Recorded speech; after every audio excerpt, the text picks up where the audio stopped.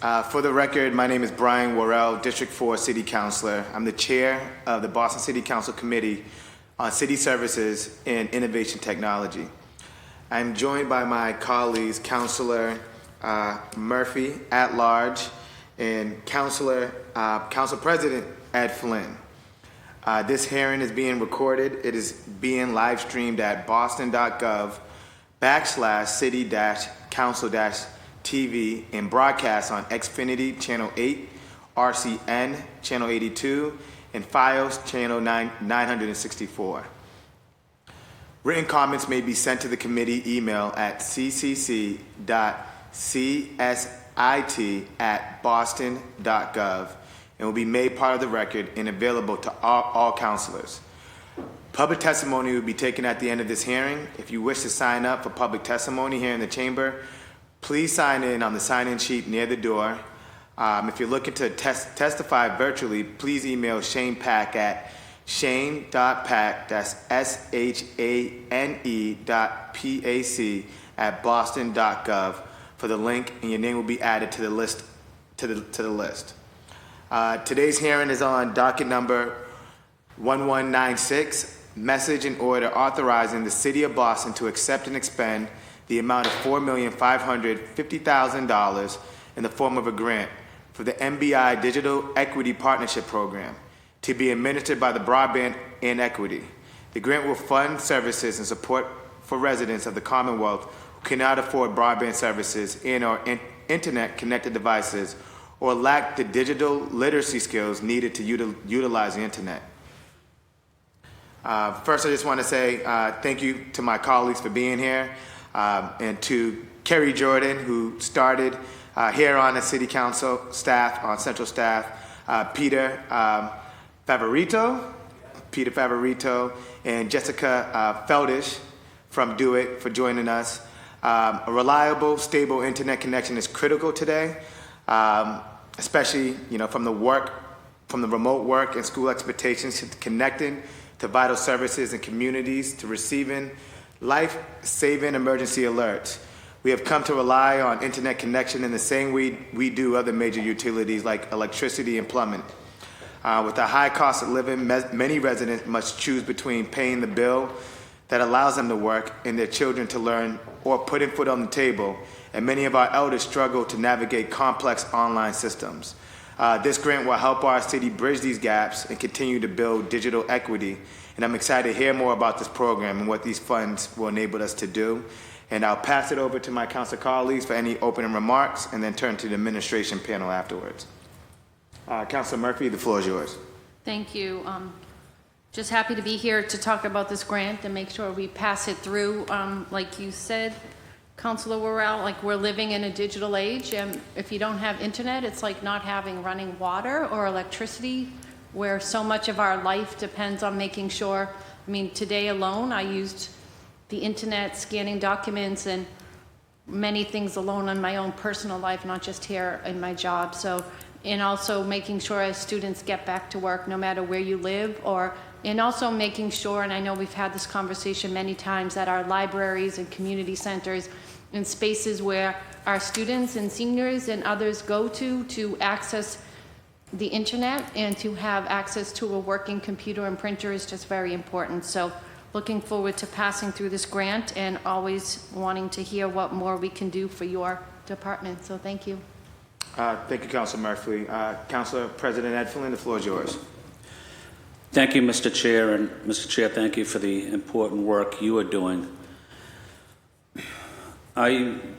I just want to highlight a couple points. Had the opportunity, the honor really, to work with Kerry Jordan for a number of years, an outstanding, dedicated City of Boston employee. So, Kerry, it's good to be with you and your team. Thank you for the work you're doing, Kerry. And I just wanted to highlight one other point. Is I've been at several community events over the last 2 weeks. One recently at the Condon and one in the South End, I believe. But I think, Peter, your team was there. But what your team was doing was they had a booth, just for the audience that's watching, but you guys had a booth with brochures and you were talking to the public that were coming up to you. You were explaining what digital equity is about and how they can engage in the internet if you don't have it, especially seniors, people in public housing, elderly, persons with disabilities. So just want to highlight that critical work that your team has been doing. And again, I've seen you guys several times over the last couple weeks. It's after work hours, 6 o'clock at night, 7 o'clock at night, when people are home from work or taking care of their kids. But you know, that's what city workers do. They go the extra mile to help people in need. So I want to say thank you to the Do It team for that outstanding community outreach. Thank you, Council President Flynn. And we're joined from the administration, Kerry Jordan, Chief of Staff of Do It, Peter Favorito, Digital Equity Advocate from Do It, and Jessica Feldish, Special Projects Manager from Do It. The floor is now yours. Thank you so much. Good afternoon, Mr. Chair, Councilor President Flynn, Councilor Murphy. Always great to be back in the council chamber and before you guys. I'm still so used to being behind the scenes, so please bear with me. I'm joined today by Peter Favorito, our digital equity advocate, and Jess Feldish, who have done yeoman's work to get this grant application through to the body for your passage and approval. We have $4.5 million looking to expand our programs, continue to drive the work forward. We're also joined by our marketing coordinator, Chanel Fatois, and Laz Lopez, and Melanie Santana, our digital equity advocates who work hard day in, day out to make sure that the work continues to grow and grind. I'll turn it over to Jess, who prepared some slides for us today, so we can talk a little bit more about the program. Thank you so much, Mr. Chair. All right, thank you, Kerry. And on behalf of Mayor Wu and the City of Boston's Chief Information Officer, Santiago Garces, I want to thank the Council again for this opportunity to learn more about digital equity programming and hear our request to accept and expend the grant funds that is a topic of today's docket. My name is Jessica Feldish, and I'm a project manager with the Department of Innovation and Technology, working closely with our digital equity teams. I will provide an overview of the grant, and my colleague Peter will provide more details about the programming that the grant will support. The grant we're discussing today is administered by the Massachusetts Broadband Institute, also known as MBI, and the grant is called the Digital Equity Partnerships Program. I really want to emphasize partnerships here, as these are ARPA funds secured for Massachusetts through the leadership of Senator Markey and our partners at the state to be allocated towards digital equity programming. Our partners at MBI have been phenomenal in providing support as we build out a statewide network of partners, all working towards the same goal of closing the digital divide. In addition to the statewide partners that we have had the opportunity to learn and grow from through this process, the purpose of this grant is to strengthen and expand our own existing network of partners here in the City of Boston doing this important work. These funds will provide much needed capacity to scale neighborhood and community-based solutions that we know are already working, as well as expand our reach for comprehensive planning activities in the future. In short, this will build our collective capacity to better understand the specific needs of our residents so we can design and deliver services to best meet those needs.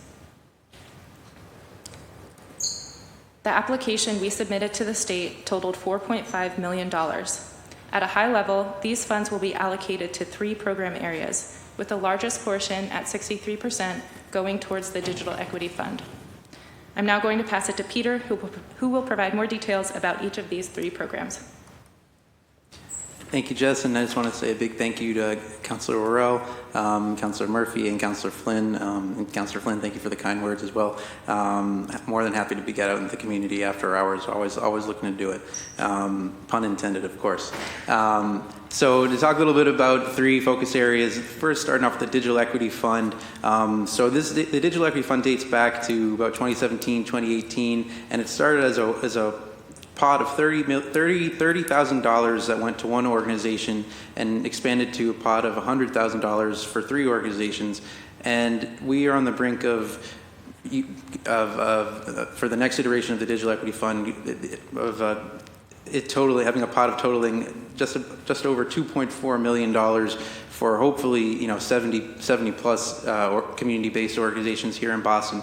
So that's $2.4 million going right back into the community. So I just wanted to take a minute to emphasize that because we're, as to quote my old boss, former Councilor Matt O'Malley, we're only as good as our team. And so in this case, we want to get the money into the hands of the folks who are on the ground as well, who know the community. And so in doing so, we want to, one aspect of the Digital Equity Fund is to help support ACP enrollment. ACP is the Affordable Connectivity Program, which is a $30 a month internet discount to help folks save money on their bills, whether it be internet on their phone or internet in their home. And so if we can get, getting that, we're hoping to do 2 rounds of ACP enrollment for, or two rounds of the Digital Equity Fund specifically for ACP enrollment over the next 2 years. And then additionally, we're going to be focusing on funding organizations doing device refurbishment training and programming for 1 year, and telehealth programming as well for 1 year. And so that's the Digital Equity Fund. But moving on to digital literacy, we're partnering with the Boston Housing Authority to help enhance and expand their current programming on site and staff support, and just really get the technology into the hands of some of Boston's most vulnerable. And for Wicked Free Wi-Fi, we're hoping to expand more sites into more residential neighborhoods across the city, targeting areas, around transit sites, heavily, trafficked areas, in different communities where we know that, public Wi-Fi can help support families in need who might not have, data to cover internet or, in-home Wi-Fi of their own. So this isn't a replacement, but we just want to get more public Wi-Fi across the city, plain and simple. And this will help us do it. And so going on to the next slide, to just kind of break down the Digital Equity Fund a little bit more, just so you can kind of see what I was talking a little bit about. The ACP, we're hoping to get, over the next 2 years, grants around the size of 20 to 30,000. Ideally, giving over 2 years, giving that grants out to around 70 community-based organizations doing any work related to digital equity, whether it be providing translation services to help residents get connected online, things of that nature. And for device refurbishment, we're aiming to give out 2 awards, both so totaling both at $50,000, totaling $100,000 for that pot. And then for telehealth, the pot is about $500,000, and we're looking to once again give out 2 awards, $250,000 apiece. And so we're really excited about this. We really want to make sure that, not only just patients, not only just our residents, not only just, our scholars have access to the devices, equipment, and internet that they need to survive and thrive. We want to make sure that, we're continuing to, bring City Hall to the community, as Mayor Wu always says, and we want to, put money and the power back into the hands of the community as well. And so we're really excited about this grant that we got, and so that's the size of it. And, so I think now, if you want to turn it over to any questions, I'm more than happy to answer anything that you guys have for us. Thank you. And I'll pass it to Councilor Murphy for any questions.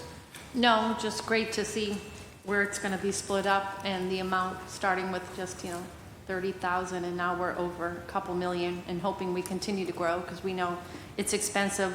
And I wrote down, because I'm a big supporter of financial literacy, but when I heard, the digital literacy is right in that same, right? Everything now is being taught, students are being taught, even if they're in person, through the computer. So the digital literacy at the BHA housing and trying to expand that would probably be great. Maybe more of that being offered at our, community centers and other places across the city. So thank you for all you do. And it took me a minute, but I got you Do It joke. That's a good one. That must be said a lot in your office, yeah? Quite a bit. Mainly by me. Yeah, thank you. Awesome. Internet is so important, and one of my friends, I ran into him, and he was outside of one of the libraries inside the community in the parking lot on his computer, working, and he was fielding calls, and it's because of the programs and the investment that we made here in the city of Boston that gives him the ability to actually have a job, right, and to be able to work from home. One of my questions is, can you dive in a little bit deeper about ACP and just kind of explain, the resources that a family can get through this program? Because I'm looking at it, I'm not even sure if everyone understands like who's eligible and then how much they're able to get through enrolling in this program. For sure, yeah, happy to. So yeah, the Affordable Connectivity Program started off as a pandemic relief program known as the Emergency Broadband Benefit, but essentially it offers two things. One, a $30 a month discount on folks' internet bill, whether it be their in-home Wi-Fi or through a mobile device, and depending on your provider, you can get another option, or get another part of it, which is up to $100 off the purchase of a device. So that's more so for like smaller cell carriers, like your Assurance Wirelesses, TracFone, type of thing like that. But the eligibility criteria are quite extensive, and it's not just focused on like low-income populations. You're looking at, one way you can qualify is if you're at or below 200% of the federal poverty guidelines, which for a household of one, and I'm going to use the word household a lot because that's how that's, even if it's just a single individual, they use household. Household of one is about $29,000. Household of two is about $36,000 annually. If you make anywhere at or below those amounts, the number keeps increasing per member of the household, then you're eligible for this. If you get SNAP benefits, you're on Mass Health Medicaid, I think SSI, so in Massachusetts it's SSP, Supplemental Security Program. If you are a veteran, you get a veteran's pension or survivor's benefits, you're eligible. The biggest one, which is really exciting, is if you're a Boston Public Schools family, like if you have a student in your household who gets offered free or reduced school lunch or breakfast, then you qualify through that student. Additionally, if you're part of any tribal programs, tribal assistance programs through the government, you're eligible as well. Yeah, if you get a federal Pell Grant, you're eligible for ACP. If you get the Lifeline telephone service, you're eligible for this. And so as you can see, the list is pretty long. And so we've been doing our due diligence, trying to get it out to community centers, utilizing ONS, utilizing our other departments like H Strong, veterans, MOIA, Mayor's Office of Immigrant Advancement, just getting the word out however we can, doing in-person enrollment events across the city, joining other community-based organizations at different events of their own, and just really trying to enroll as many people as we possibly can. We work a lot with internet providers who are located in Boston, who've been very great and helpful getting folks fully enrolled, because one half of the enrollment process is submitting an application through the National Verifier, which is kind of like the platform that the federal government uses. So you apply either online or you can do it through the mail. Online is very quick. You just need an email address. If you do it by mail, it takes maybe a few weeks just to hear back. So we can try to do as much as we can online. And then once you're approved, you get an 11-digit ID number. It's like what I like to call a golden ticket. You take that and you go to whoever your internet provider is, even if you don't have internet yet, but you're trying to get internet set up at home. You contact your internet provider. You ask them to apply the discount to your bill, and within a billing cycle, you'll see a negative $30 charge on your bill, and that's good for a year. And then at that 12-month mark, you do have to recertify just to prove that you still are eligible to receive the benefit. But we're doing everything we can to advocate for more funding to be invested into this federal program. It's not just a Boston-based program. Anyone in the United States. So even if you don't qualify, but you know someone else who does in Texas or Washington State, all the information that we have on our boston.gov webpage for ACP is relevant to folks around the country as well. And so, like I said, we're working with our state and federal partners to try to advocate for more money being invested into this program. We know it's not an end-all be-all program, but hey, we're trying to get as many people on board as possible. And $30 a month adds up. You put that towards groceries, you put that towards rent. It's $360 a year. And for many folks, if you're on an internet plan that is $30 or less, it wipes it out entirely. So that's why we like to say you can get free internet.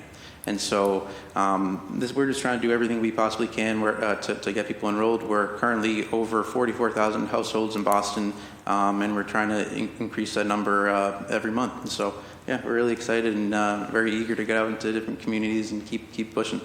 Awesome. And then when it comes to, have we identified like in Boston, like who will be eligible? Like, do we know out of that, 44, like, what's the percentage? Right. Yeah, so this is where it's kind of tricky. So what I like to kind of say is like, because I've wanted to like find out like, how are people qualifying? How are they enrolling? Can we like utilize one avenue more than others? And so what the federal government doesn't provide, unfortunately, like they'll provide data by this person enrolled using the online application, but it doesn't indicate the next step, like they did online and they chose Medicaid.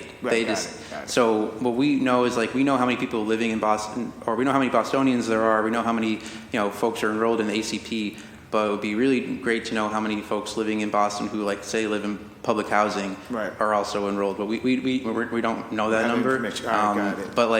But for that reason, like we've been trying to work with community health centers, knowing where people go who are on Mass Health, or knowing where folks are who are going, who receive SNAP benefits, and just trying to tailor our outreach to meet people where they're at, so that we can kind of have a good assumption almost. Right. I was just kind of trying to see like how much more room do we have to grow, right? Because we probably will hit that. If we continue to do outreach, we're going to meet that ceiling.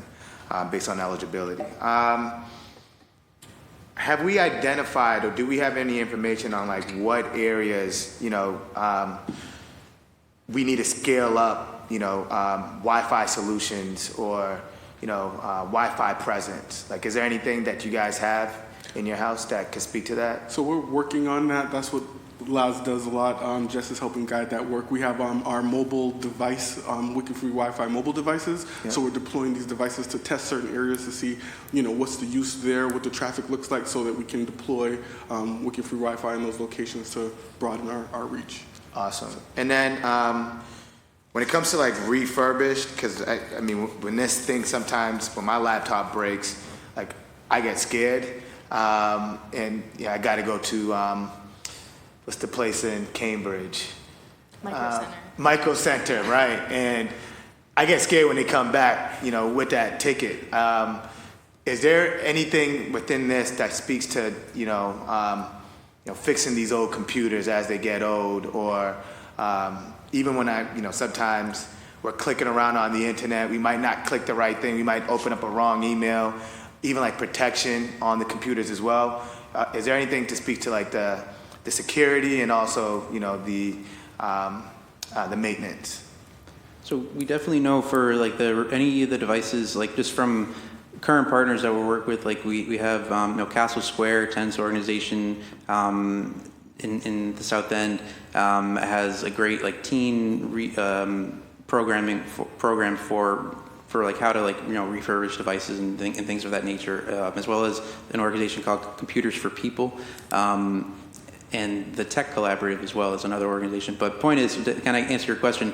Any devices that they get, they fully wipe. So whatever they get in, they fully wipe, put in new infrastructure if need be.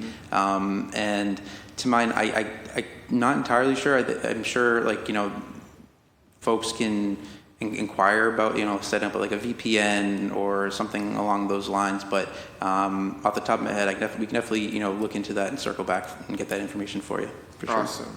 And then how many wicked-free Wi-Fi sites are currently operational, and how many are currently being built out?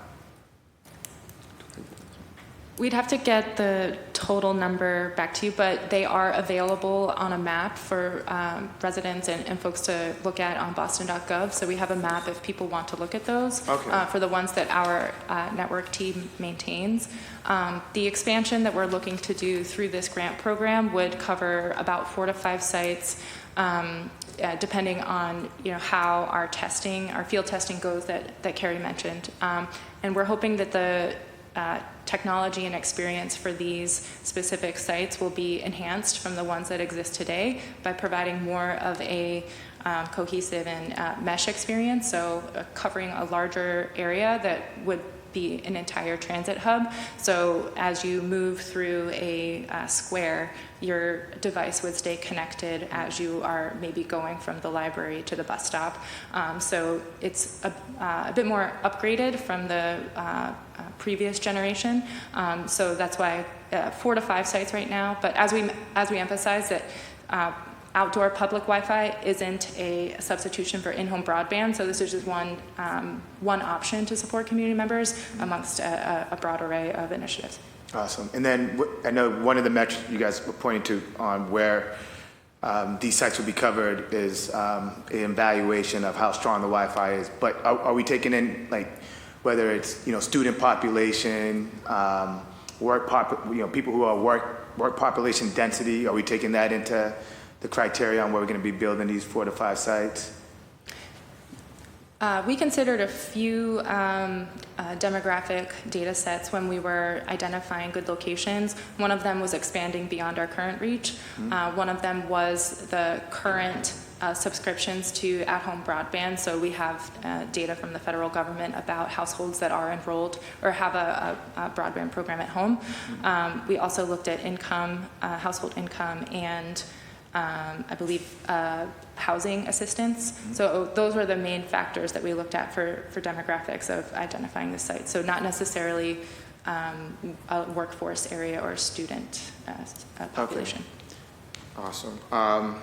We've also been, I know just from anecdotally, like folks have, if I'm at an event, usually folks will be like, oh, it'd be really great to have look into getting Wi-Fi in this area. So just word of mouth as well from residents too. They've expressed, folks have expressed interest in different pockets of the city. So we've taken that, back and seeing where, if things currently exist, if they don't, or what we can do to try to get things built out there too. Awesome. Yeah, the last input data set that I forgot was consulting with our equity and inclusion cabinet and working with the leaders of all of the departments there of community sites that support their population. So we took their input when we were looking at the areas to test where we could deploy the full sites. Awesome. And then can you elaborate a little bit more about the telehealth access under Digital Equity Fund? Sure thing. Yeah, so we've obviously Boston being home to many of the great hospitals around the in the country and the world, we know that one big hurdle is that the pandemic brought out was accessing doctor's appointments, therapy appointments online, because that's became the new normal. And so health centers, hospitals have reached out to collaborate with us just to say, hey, are you guys doing anything with telehealth, or hey, would you mind helping us out with our telehealth work?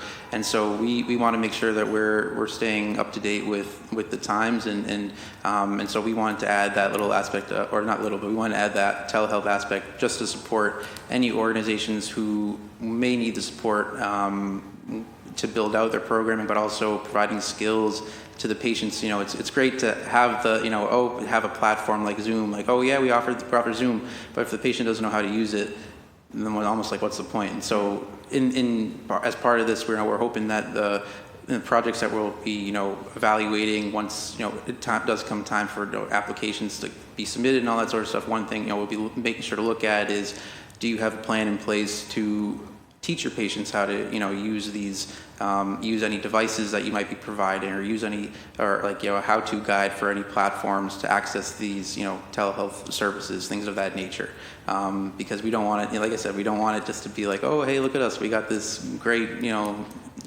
great Zoom channel that we can use, but we want to make sure that our residents are able to use it as well and kind of meet them where they're at too. Awesome. And I think that, let's take a look at my notes.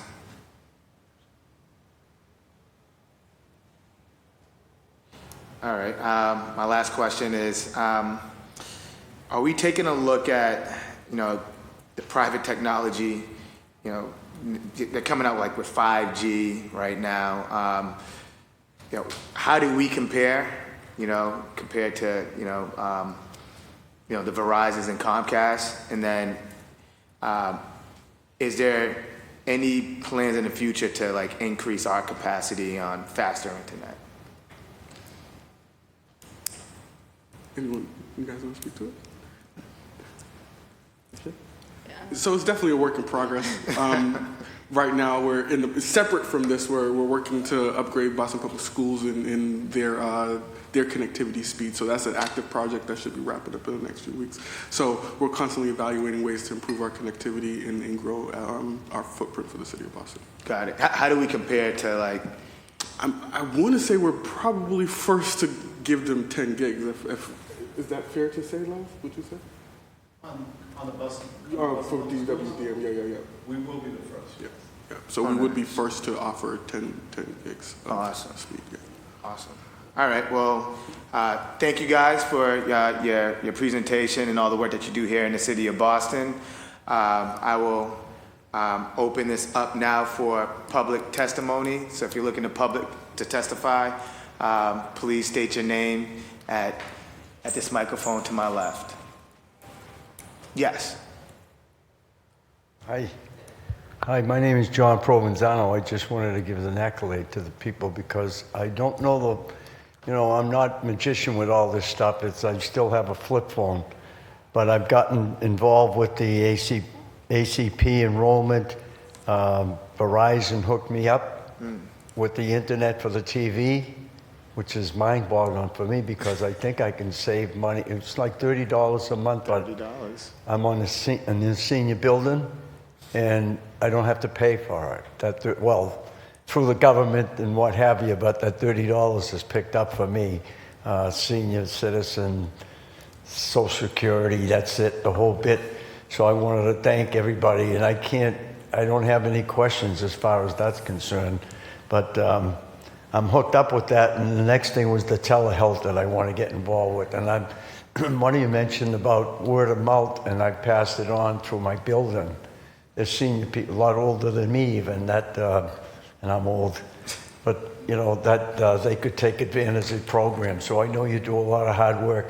I just wish there was a lot more to Councilor Burrell. I appreciate this because I've been at a couple of meetings. The negative part is that I wish this was filled with our councilors so we could get more information out.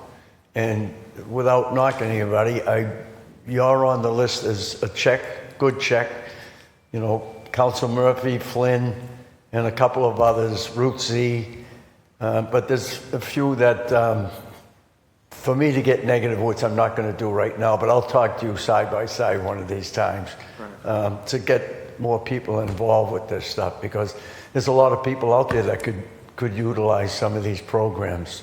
And I just tapped it a little bit. I don't even know everything, but I know you know a lot more than I do, and I'm passing it on.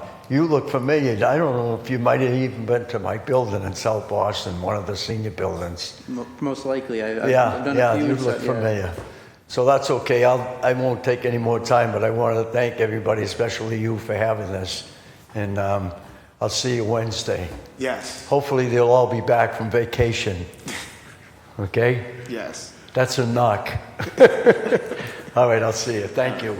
Thank you, guys. So thank you for public testimony, and I always get excited when like the policies and programs that we put in place are actually making like a difference in the lives of our constituents, and we see that here with the ACP program and the telehealth and all you guys are doing here. So again, thank you for all that you do, and we'll love to, if there's any information like an infographic, a flyer, that you can share with us so we can share it with all the counselors so they can share it with their civics and their senior housing as well. And what we do in our office, we go out and just meet with our BHA seniors. So if you want to join on that with us, we'll love to pull you into that so we can start signing more people up to some of these great programs. So looking to coordinate and collaborate, and thank you again. And with that said, the hearing on docket number 1195 is adjourned.